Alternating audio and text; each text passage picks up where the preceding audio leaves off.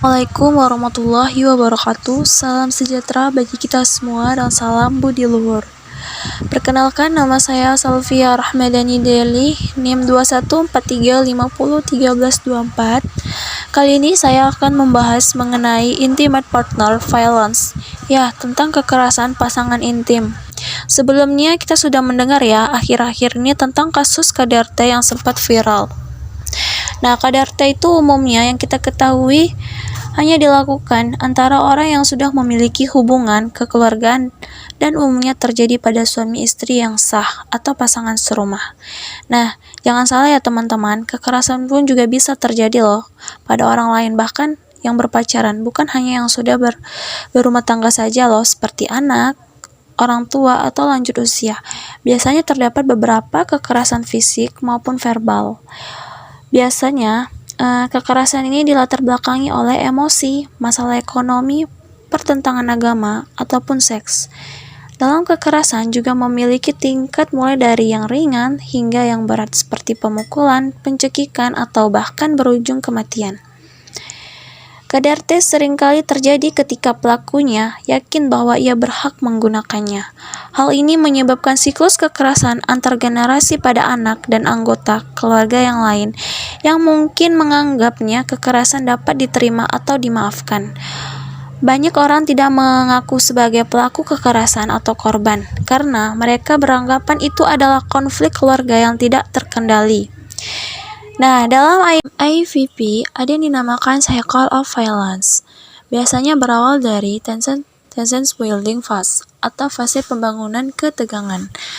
Fase ini awalnya lahir tindak kekerasan di dalam sebuah hubungan. Biasanya bentuk-bentuk kekerasan yang timbul diawali dari komunikasi yang buruk, hinaan kepada pasangan, pemukulan dalam bentuk tamparan, dan tindakan kekerasan fisik kecil lainnya kepada korban. Pada fase ini biasanya korban akan mulai menjaga jarak untuk menimbulkan konflik dengan pelaku.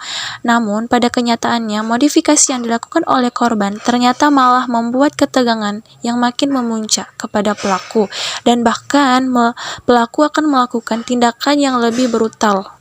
Yang kedua, ada acting out phase atau fase tindakan kronis. Pada fase ini, tindakan yang dilakukan oleh pelaku makin kasar dan bahkan mengakibatkan luka fisik kepada korban. Namun, para korban seringkali mengingkari tindakan yang dilakukan oleh pelaku, dan korban juga tidak mau mendapatkan perawatan serta pengobatan atas luka yang ditimbulkan oleh tindak kekerasan tersebut. Yang ketiga, ada honeymoon atau fase bulan madu. Biasanya pada fase ini karakteristik pelaku itu akan menjadi lebih baik, memohon maaf kepada si korban dan berjanji tidak akan mengulangi perbuatannya lagi, seperti apa yang telah dilakukannya kepada si korban tersebut.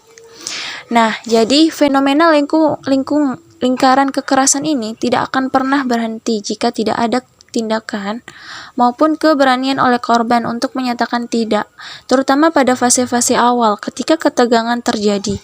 Hal tersebut sangat penting jika korban dan pelaku sudah dapat menyelesaikan konflik tersebut, maka hubungan mereka tidak akan terus-menerus masuk dalam lingkaran kekerasan.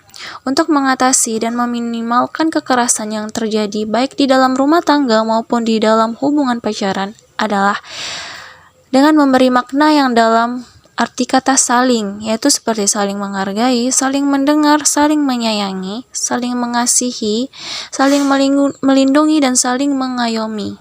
Selain itu, jika konflik terjadi, sebaiknya dapat diselesaikan antara pasangan itu sendiri atau bisa melibatkan pihak lain yang dianggap bijak dan netral dalam bertindak sebagai mediator. Baik, sekian dan terima kasih. Semoga bermanfaat. Wassalamualaikum warahmatullahi wabarakatuh. Salam budi luhur.